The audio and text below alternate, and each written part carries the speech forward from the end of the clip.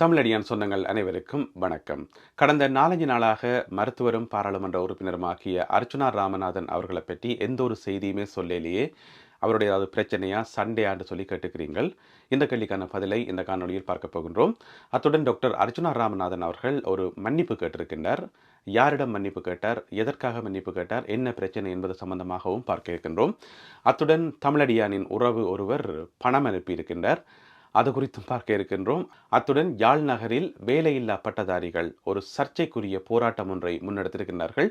அது குறித்தும் பார்க்க இருக்கின்றோம். வாருங்கள் காணொளிக்குள் போவோம். எனக்கு வாட்ஸ்அப்பில் ஒரு மெசேஜ் ஒன்று வந்தது ஸ்ரீலங்காவில் இருந்து. அந்த வாட்ஸ்அப்பில் படங்கள் ஒன்றும் இருக்கையில் ஒரு பூவுண்ட படம் தான் இருந்தது. என்ன மெசேஜ் என்று சொன்னால், இது நடக்கும் என்று எனக்கு தெரியும் என்று சொல்லி ஒரு மெசேஜ் தமிழில் எழுதி வந்திருந்தது. இது நடக்கும் என்று சொல்லி எனக்கு தெரியும் என்று. எனக்கு விளங்கையில் என்ன சொல்கிறார் என்று சொல்லி நான் கேட்கவும் இல்லை, என்னத்தை சொல்கிறீங்கன்னு சொல்லி. ஆனால் பிறகு ஜோதிச்சு பார்க்கலான்னு விளங்கிச்சது என்று சொன்னால், இப்போ 4 நாளாக டாக்டர் அர்ச்சுனா ராமநாதன் அவர்களை பற்றி ஒரு செய்தியும் சொல்லல தானே. எனவே எனக்கும் டாக்டருக்கும் இடையில் ஏதோ பிரச்சனை போல நடக்குது, எங்களுக்குள்ள சண்டை வந்துட்டு போல நடக்குன்னு சொல்லி அவர் நினைச்சிருப்பார் போல நடக்கு. அதை மீன் பண்ணித்தான் அவர் சொல்லியிருக்கிறார். ஏன்னு சொன்னால், அதுக்கு பிறகு ஒரு வாட்ஸ்அப் குரூப்பில் இதே கேள்வி கேட்கப்பட்டது, எங்கள் டாக்டரை பற்றின செய்தியை காணல என்று சொல்லி. அங்கே இவரும் கமெண்ட் போட்டிருந்தவர். எனவே எனக்கு விளங்கிட்டது, இதை பற்றி தான் கதைக்கணும் என்று சொல்லி. என்ன பிரச்சனை என்று சொன்னால், டாக்டரோட ஒரு கோபமும் இல்லை, ஒரு பிரச்சனையுமே இல்லை. 4 நாளாக டாக்டரை பற்றி சொல்கிறதுக்கு எந்த செய்தியும் பெருசாக இருக்கல. என்ன சொன்னால், பாராளுமன்ற அமர்வு ஒன்றும் நடக்கல, அல்லது டாக்டர் போய் யாழ்ப்பாணத்தில் போய் ஆக்களை சந்திச்சிருந்தால் அதை பற்றி செய்திகளை சொல்லலாம். அப்படி அந்த சம்பவங்கள் சொல்கிறதுக்கு எதுவுமே இல்லாதபடியே தான் சொல்லலையே தவிர, மற்றபடி டாக்டருக்கும் எனக்கும் எந்த விதமான பிரச்சனையுமே இல்லை. அது போகவே நான் டாக்டரோட சண்டை பிடிக்கணும், எந்த விதமான காரணமும் இல்லை. முதல் நாள் ஒற்றுமையாக இருந்து ஒரு அடுத்த நாள் சண்டை பிடிக்கிறது, அல்லது சின்ன அற்ப காரணத்துக்காக சண்டை பிடிக்கிறது, அல்லது யாரோ சொல்லி போட்டினமென்றக்காக, யாரோ தூண்டினமென்றக்காக சண்டை பிடிக்கிறது, இந்த மாதிரியான பழக்கங்கள் இருக்கா என்ன? அப்படியான ஒரு பழக்கமும் இல்லை. எனவே டாக்டரோட ஒரு விதமான பிரச்சனையுமே இல்லை. இன்றைக்கு டாக்டரை பற்றி ஒரு சின்ன செய்தி வந்திருக்கு. எனவே அதை பற்றி நாங்கள் பார்க்க இருக்கிறோம். டாக்டர் மன்னிப்பு கேட்டிருக்கார். யார்கிட்ட மன்னிப்பு கேட்டிருக்காருன்னு சொன்னால், வேலை இல்லாத பட்டதாரிகளிடம். ஏன்னு சொன்னால், அவர் வாக்குறுதி கொடுத்திருந்தவர் வேலையில்லா பட்டதாரிகளுக்கு வேலை எடுத்து கொடுப்பேன், அதுக்காக பாராளுமன்றத்தில் குரல் கொடுப்பேன் என்று சொல்லி. அது என்ன சொல்லியிருக்காருன்னு சொன்னால், வேதனைக்குரிய விஷயம் என்னென்னு சொன்னால், அவரே சொல்லியிருக்கார், பாராளுமன்றத்தில் கதைக்க விடுறாங்க இல்லை, கதைக்கிறதுக்கு நேரம் தாராங்க இல்லை. அப்படி பார்க்கக்குள்ள நானும் ஒரு வேலையில்லாத பட்டதாரி தான். எனவே தயவு செய்து மன்னிச்சு கொள்ளுங்க, இன்றைக்கு கதைக்கிறதுக்கு டைம் தராங்களோ அன்றைக்கு நான் கதைக்கிறேன் உங்களை பற்றி என்று சொல்லி அவர் மன்னிப்பு கேட்டிருக்கார். வேறு எந்த அரசியல்வாதியாவது இப்படி பகிரங்கமாக மன்னிப்பு கேட்பினமான்னு தெரியல. எத்தனையோ வாக்குறுதிகளை கொடுத்து போட்டு அதை அப்படியே காற்றுல பறக்க விட்டு போட்டு தங்கட பாடல திருவினம். எனவே இது ஒரு நல்ல முன்னுதாரணம். என ஒரு வாக்குறுதியை கொடுக்குறீங்க, அதை நிறைவேற்ற முடியலை என்னும் போது சம்பந்தப்பட்ட ஆட்கள்கிட்ட மன்னிப்பு கேட்குறீங்க. இதில் எந்த வெக்கமோ எந்த அவமானமோ இல்லை எந்த ஒரு மரியாதை குறைவோ இல்லை. இன்னும் சொல்லப்போனால் அவருக்கான மரியாதை அதிகரிக்குது. ஏன்னு சொன்னால், எங்கள் எல்லாருக்குமே வெளிப்படையாக தெரியும், பாராளுமன்றத்தில் கதைக்கிறதுக்கு அவருக்கு நேரமே கொடுக்குறாங்க இல்லைன்னு சொல்லி, வேணுமென்று இழுத்தடிக்கிறாங்கன்னு சொல்லி தெரியும். அதே நேரம் எதிர்க்கட்சித் தலைவர் சஜித் பிரேமதாசா இங்கே ஒரு ஆளோட குரலை அடக்கி வச்சுக்கொண்டு பாராளுமன்றத்திலே கதைக்க விடாமல் பிறகு பார்த்தா ஜனாதிபதி அனுரகுமார திசாநாயக்காவுக்கு ஒரு வேண்டுகோள் வச்சுக்கிறார். என்னென்னு சொன்னால், நாட்டில் நடக்கிற அநியாயங்களை நீங்கள் தட்டி கேட்கணும், வன்முறைகளை ஒழிக்கணும், இந்த துப்பாக்கி சூடுகள் எல்லாத்தையும் ஒழிக்கணும் என்று சொல்லி முதல்ல டாக்டர் அர்ச்சுனா ராமநாதன் அவர்களுக்கு பாராளுமன்றத்தில் பேசுறதுக்கு நேரம் ஒதுக்கி கொடுங்கோ, அவரை பேச விடுங்கோ, அவற்றை குரலை வெளியில் வர விடுங்கோ, அந்த அநியாயத்துக்கு ஒரு தீர்வு காணுங்கோ. அதுக்கு பிறகு ஜனாதிபதிகிட்ட போய் கேளுங்க, நாட்டில் நடக்கிற அநியாயங்களை தட்டி கேட்க சொல்லி. எனவே எதிர்க்கட்சி தலைவர் சஜித் பிரேமதாசா தானே ஒரு அநியாயத்தை செய்து கொண்டு ஜனாதிபதியை பார்த்து இப்படியான கோரிக்கை வைக்கிறது எந்த வகையில் நியாயம் என்று தான் தெரியல. தமிழடியான் உறவு ஒரு ஆள் எனக்கு காசு அனுப்பியிருக்கிறார். யாருன்னு பார்த்தீங்கன்னு சொன்னால், ராகுலன் ராஜா யூரோவில் இந்த காசு அனுப்பியிருக்கார். எப்படி இந்த காசு அனுப்புகிறாருன்னு சொன்னால், நீங்கள் கீழே கமெண்ட்ஸ் போடுவீங்க தானே, அந்த கமெண்ட்ஸ் போடுற அந்த பெட்டியில் பார்த்தீங்கன்னு சொன்னால் பக்கத்தில் ஒரு டாலர்ஸ் போட்டு ஒரு சின்னம் ஒன்று காட்டும். அதை சொல்கிறது சூப்பர் தேங்க்ஸ் என்று சொல்லி. அதாவது நீங்கள் ஒரு வீடியோ பார்த்து அந்த வீடியோ உங்களுக்கு நல்லா பிடிச்சிருந்தா அந்த வீடியோ போட்டவரை நீங்கள் பாராட்டணும், அவருக்கு ஒரு உதவி செய்யணும்னு சொல்லி நீங்கள் ஆசைப்பட்டீங்கன்னு சொன்னால் அதை கிளிக் பண்ணி நீங்கள் உங்களோட பேங்க் கார்டை கொடுத்து காசு அனுப்புகிற முறை. அதனூடாகத்தான் இந்த காசு அனுப்பிக்கார் யூரோவில். எந்த நாட்டில் இருந்து பார்த்தீங்கன்னு சொன்னால், பக்கத்தில் ஒரு சொல் ஒன்று போட்டிருக்கிறார். அந்த சொல் சரியான உச்சரிப்பு எனக்கு தெரியல, அது ஏதோ பெட்டாங் டெண்டு கிடக்குது. ஆனால் அந்த உச்சரிப்பு பிள்ளையாக இருக்கும்னு நினைக்கிறேன். டச் மொழியில், டச் என்று சொன்னால் நெதர்லாந்திலேருந்து இந்த காசு அனுப்பிக்கார். முதல்ல ராகுலன் ராஜா அவருக்கு மிக்க நன்றி. நீங்கள் அண்ணாவோ தம்பியோ தெரியல, மிக்க நன்றி. ஆனால் பிரச்சனை என்னென்னு சொன்னால், ஒவ்வொரு தடவையும் இந்த மாதிரி ஆக்கள் காசு அனுப்பக்குள்ள நான் தவறாமல் சொல்கிறேன், நான் தயவு செய்து எனக்கு காசு மட்டும் அனுப்ப வேண்டாம். உங்களுக்கு வீடியோ பார்க்குறீங்க, வீடியோ பிடிச்சிருந்தா நீங்கள் வீடியோக்கு லைக் போடுங்க, கமெண்ட்ஸ் போடுங்க, நல்லா இருக்குன்னு சொல்லுங்க, பாராட்டுங்க, அது பிரச்சனை இல்லை. அல்லது வீடியோக்களை வந்து யாருக்காவது ஷேர் பண்ணி விடுங்க, அது பிரச்சனை இல்லை. ஆனால் அந்த காசு அனுப்புகிற பிஸ்னஸ் மட்டும் வேண்டாம். அது எனக்கு விருப்பமே இல்லை பர்சனலாக. அதாவது வந்து ஒரு ஆளை பாராட்டுறதுக்கு தான் நீங்கள் காசு அனுப்புறீங்கன்னு நான் விளங்குது. அந்த வீடியோ உங்களுக்கு பிடிச்சிருக்க போய் தான் நீங்கள் காசு அனுப்புறீங்க, அது பிரச்சனை இல்லை. உங்களோட அந்த அன்பை நான் ஒன்றும் சொல்லல, அது நல்ல விஷயம்தான். ஆனால் வந்து கமெண்ட்ஸ் போட்டிங்கன்றாலே போதும், லைக் போட்டிங்கன்றாலும் போதும், அது காணும். காசு அனுப்புகிற வேலை மட்டும் வேண்டாம். எனக்கு அது பர்சனலாக விருப்பம் இல்லை. தயவு செய்து இந்த கடன் வேறு அன்பை முறிக்குமென்றலாம் சொல்லுவினோம். எனவே ஏன் தேவையில்லாமல் கடனை கொடுத்து காசை வாங்கி அன்பை முறிப்பான்? அன்பாகவே இருப்போம், முறியாத அன்போடையே இருப்போம். எனவே தயவு செய்து காசு அனுப்ப வேண்டாம். எனவே ராகுலன் ராஜா, நீங்கள் அண்ணாவோ தம்பியோ தெரியல, உங்களுக்கு மிக்க நன்றி. தயவு செய்து இனிமேலும் யாரும் தமிழடியானுக்கு காசு அனுப்ப வேண்டாம். இதை நான் உங்களை பணிவுடன் கேட்டுக்கொள்கின்றேன். யாழ்ப்பாணத்தில் வேலையில்லா பட்டதாரிகள் நேற்று 16ஆம் தேதி ஒரு போராட்டம் ஒன்றை முன்னெடுத்திருக்கிறார்கள். ஒரு வித்தியாசமான முறையில் அந்த போராட்டத்தை முன்னெடுத்துக்கிறார்கள். ஆனால் அந்த போராட்டம் வந்து எந்த வகையிலையும் ஏற்றுக்கொள்ளக்கூடியதில்லை. எப்படி போராடி இருக்கிறோம்னு சொன்னால், அவர்களுடைய அந்த பட்டதாரி உடுப்புகளுக்கு தன்னை கருப்பு கோட்டு, அந்த தொப்பி, அதெல்லாத்தையும் போட்டுக்கொண்டு ரோட்டால் வந்து ஒரு குப்பை வண்டில் மாதிரி ஒன்றை தள்ளிக்கொண்டு கையில் விளக்குமாறு தும்பு தடி எல்லாத்தையும் வச்சுக்கொண்டு கூட்டுற மாதிரி ஒரு போராட்டம் ஒன்றை முன்னெடுத்தவே. இந்த போராட்டத்தின் மூலம் நீங்கள் என்ன சொல்ல வாரீங்கள்? என்ன சொல்ல வாரீங்கள்? ரோட்டு கூட்டுறதான் உங்களுக்கு கிடைச்ச வேலைன்னு சொல்ல வாரீங்களா? அல்ல கடைசியில் அப்படி ரோட்டு கூட்ட வேண்டி வந்துட்டு சொல்ல வாரீங்களா? அல்லது நீங்கள் படித்த படிப்புக்கு ரோட்டு கூட்டுறீங்கன்னு சொல்ல வாரீங்களா? எனக்கு விளங்கவே இல்லை. அல்லது ரோட்டு கூட்டுறது வந்து அவ்வளவு இழிவான செயலா? நீங்கள் சுத்திகரிப்பு தொழிலாளர்கள், நாடு முழுவதும் இருக்கிற எல்லா சுத்திகரிப்பு தொழிலாளர்களையும் அவமானப்படுத்துகிற மாதிரி தான் இந்த போராட்டத்தை முன்னெடுத்துக்கிறீங்க.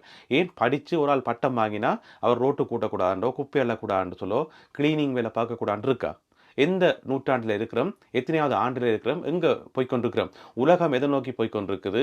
எல்லா தொழிலும் சமம், செய்யும் தொழிலே தெய்வம் என்று சொல்லி 2000 வருஷத்துக்கு முதலே தமிழில் சொல்லிட்டோம். சரி, 2000 வருஷத்துக்கு முதல் சொன்னதான் நாங்கள் கேட்கல. எங்களுக்கு இந்த தொழில் செய்தால் கௌரவம், அந்த தொழில் செய்தால் கௌரவம் என்று சொல்லி எங்களுக்குள்ள ஒரு அமைப்பு ஒன்று இருக்குது சமூகத்தில். சரி, அது ஒரு பக்கம் இருக்கட்டும். அது வந்து அந்த காலத்தில் இருந்தது. அப்போ நாங்கள் ஊரில் இருக்கக்குள்ள அந்த பழைய காலத்தில் இருந்தது வைங்களேன். இன்ற வரைக்கும் இந்த 2025ஆம் ஆண்டு வரைக்கும் அதை இழுத்து கொண்டு விடாமல் காவி கொண்டு வாரீங்க என்று சொன்னால் உருப்படுறது கஷ்டம். ஒரு பொருளாதார நோக்கத்தோட ஒரு சமூகம் முன்னேறணும் என்று சொன்னா பார்த்து பாராம வேலை செய்யணும். எல்லா வேலையும் நல்ல வேலை தான். எந்த வேலை எங்களுக்கு காசு போடுதோ அந்த வேலையை செய்யறதுல ஒரு கௌரவ பிரச்சனையுமே இல்லை. ஆனா அது தெரிஞ்சு கொண்டும் எங்களுடைய சமூக அமைப்பு வந்து அந்த மாதிரி இருக்குது, இன்னுமே மாறாம இருக்குது. எதுல இருந்து நாங்கள் இதை மாற போறோம்? எங்களுக்கு வந்து 2 விதமான விடுதலை தேவை. ஒன்று வந்து புற விடுதலை, அது எங்களுடைய நாட்டில் எங்களுக்கு அரசியல் ரீதியாக எங்களுக்கு கிடைக்கிற விடுதலை வந்து புற விடுதலை. மற்றது வந்து அக விடுதலை. இந்த மாதிரியான சின்ன பிள்ளைத்தனங்கள், சில்லித்தனங்கள் இருந்து விடுபடுறது. அது என்னது? துப்புரவு தொழிலாளர்களை வந்து நீங்க அவமானப்படுத்தினா இந்த வேலை தான் எங்களுக்கு லாயக்கன்னு நீங்க சொல்ல வாரீங்கன்னு சொன்னா, அப்ப அதை துப்புரவு செய்யற தொழிலாளர்களுக்கு வந்து எப்படி மனம் நோகும்? எப்படி அவைக்கு புண்படும்? உண்மையிலேயே யோசிச்சு பார்த்தோம்னு சொன்னா, இப்படி துப்புரவு செய்யறது கேவலம், இந்த தொழில் செய்யறது வந்து இழிவானது என்று நெக்கிறபடியா தான் நாடு குப்பையா கிடக்குது. அதனாலதான் நாடு குப்பையா கிடக்குது. அதனாலதான் இந்த பொது மலசல கூடங்கள் எல்லாம் வந்து மூக்க பிடிச்சு கொண்டு போக வேண்டியிருக்குது. அவ்வளவு அழுக்கா இருக்குது. எங்கள் எல்லாருக்குமே தெரியும், இப்படி அழுக்குகளாலையும் குப்பைகளாலையும் தான் நிறைய நோய்கள், தொற்று நோய்கள் எல்லாம் பரவுது என்று சொல்லி. இந்த காணொலியை வந்து நீங்க டாக்டர்ஸ் பார்த்துட்டு இருப்பீங்க. ஒரு டாக்டர் நீங்க சொல்லுங்க, உங்களுக்கு வர 100 நோயாளிகள்ல ஒரு நாளைக்கு நீங்க 100 நோயாளிகளை பார்க்குறீங்க உதாரணத்துக்கு. அந்த 100 நோயாளிகள்ல வந்து கிட்டத்தட்ட 70 நோயாளிகள் வந்து அவர்கள் சுத்தமாக இருந்திருந்தால், தங்களை தாங்களே பாதுகாத்து தங்கள் மேல அக்கறையாகவும் சுய பாதுகாப்பில் கவனமாகவும் இருந்தா அந்த 70 நோயாளிகள் உங்கள்ட்ட வந்திருக்கவே மாட்டினோம். இதை வந்து டாக்டர்ஸ் ஒத்துக்கொள்வினோம். நீங்க டாக்டர்கிட்ட போய்க்குள்ள டாக்டர் சொல்றதே அதுதான், உங்களை கொஞ்சம் அக்கறையா இருங்கோ, கவனமா இருங்கோ, பாதுகாப்பாக இருங்கோ, கையை கழுவுங்கோ, நிகத்தை விட்டுங்கோன்னு சொல்றவே தானே. எதுக்கு சொல்லி நம்ம சொன்னா சுத்தமா இருக்கணும் என்று சொல்லி. இது எல்லாமே எங்களுக்கு தெரியும். இது யாருக்குமே படிப்பிக்க வேண்டிய அவசியமே இல்லை. சின்ன குழந்தையை கூட எங்களுக்கு தெரியும். ஆனா நாங்களே அதை பின்பற்றல. ஏன் பின்பற்றல? இன்னும் வந்து பழைய அந்த காலம் மாதிரி இருக்க போறோமா இவ்வளவு பிரச்சனைகளுக்கு பிறகும்? எனவே வந்து நேற்று இவர்கள் நடத்தின போராட்டம் வந்து எந்த வகையிலையும் ஏற்றுக்கொள்ள முடியாத ஒரு போராட்டம். இது வந்து நாடு முழுவதும் இருக்கிற துப்புரவு தொழிலாளர்களை வந்து அவமதிக்கிற போராட்டம். நீங்க பொதுவா போராடுங்க, சாதாரணமா போராடுங்க, உங்களோட கோரிக்கைகளை முன்வையுங்க. நாங்களும் கடந்த காலங்களில் வந்து இவர்கள் போராடும் போது அவர்களுக்கு ஆதரவாக நிறைய குரல் கொடுத்திருக்கிறோம். வேலையில்லா பட்டதாரிகளுக்கு வந்து வேலை கொடுக்கணும் என்று சொல்லி அதை பற்றி சொல்லியிருக்கிறோம். டாக்டர் அர்ஜுனா ராமநாதன் அவர்கள் வாக்குறுதி கொடுக்கக்குள்ள அதை பாராட்டி சொல்லியிருக்கிறோம். ஏனென்றால் உங்களுக்கு வேலை கிடைக்கணும் சொல்லி. ஆனால் நான் இந்த வேலையை தான் செய்வேன், அந்த வேலையை தான் செய்வன், இந்த படித்த படிப்புக்கு ஏற்ற வேலை தான் செய்வன் என்று சொல்லி அடம் பிடிச்சு கொண்டு யாராவது இருந்தீங்கன்னு சொன்னால் வாழ்க்கையில் முன்னேறவே முடியாது. இன்றைக்கு வந்து எங்களுடைய சமூகத்தின் பெரும்பாலான ஆட்கள், கணிசமான ஆட்கள் வந்து வெளிநாடுகளில் இருக்கிறோம். அப்போ வெளிநாடுகளில் இருக்கிற எங்கள் எல்லாருக்கும் தெரியும் என்ன நடக்குதுன்னு சொல்லி. அப்போ நாங்கள் என்ன செய்யணும்னு சொன்னால் தாயகத்தில் இருக்கிறார்களை சொல்லி சொல்லி மோட்டிவேட் பண்ணணும். எங்களுடைய சகோதரங்களுக்கு சொல்லி சொல்லி மோட்டிவேட் பண்ணணும். எந்த தொழிலும் கேவலமானது இல்லை. இந்த தொழிலாம் செய்வன் இருக்கிறார்கள் வந்து அப்படி இருக்க வேண்டியான் வாழ்க்கை முழுக்க. அவைக்கு ஒரு முன்னேற்றம் இல்லை, அவைக்கு ஒரு வருமானம் இல்லை, பொக்கெட்டுக்குள்ள காசே இருக்காது, அப்படி இருக்க வேண்டியான். கௌரவம் கௌரவம் என்று சொல்லி கௌரவத்தை மட்டும் வச்சுக்கொண்டு என்ன செய்யறது? என்ன செய்யறது சொல்லுங்க பாப்போம். கௌரவத்தை வச்சுக்கொண்டு கடையில் போயிட்டு 1/4 கிலோ சீனி வேண்ட முடியுமோ? ஒரு படத்துக்கு நீங்க போறீங்க, டிக்கெட் புக் பண்ண முடியுமா ஆன்லைன்ல கௌரவத்தை வச்சுக்கொண்டு? இல்ல. அந்த கௌரவத்துக்கு ஏதாவது பின் நம்பர் இருக்கா? அது என்ன விசா காட்டா இல்ல மாஸ்டர் காட்டா? இல்ல தானே.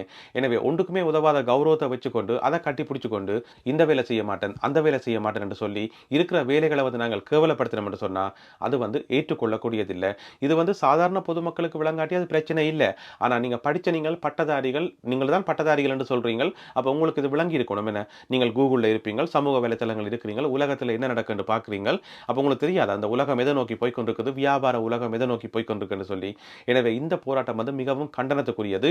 இதுக்காக வேலை இல்லாத பட்டதாரிகள் வந்து மன்னிப்பு கேட்கணும். நேற்று வந்து போராட்டம் நடத்தினாக்கள், உங்களுக்கு ஒரு அமைப்பு ஒன்று இருக்குன்னு தானே, ஒரு சங்கம் ஒன்று இருக்குன்னு தானே, அந்த சங்கத்துக்கு ஒரு தலைவர் இருப்பார் தானே, அவருக்களால வந்து ஒரு அறிக்கை விடுங்கோ. இந்த மாதிரி நாங்கள் நேற்று வந்து தவறான முறையில் ஒரு போராட்டம் நடத்திட்டோம், அது வந்து நாட்டில் இருக்கிற துப்புரவு தொழிலாளர்களுடைய மனசை வந்து புண்படுத்திட்டோம், அதுக்காக நாங்கள் மன்னிப்பு கேட்டுக்கொள்கிறோம் என்று சொல்லி நீங்கள் கட்டாயம் மன்னிப்பு கேட்கணும். அப்பதான் உங்கள் மேல ஒரு மரியாதை வரும்.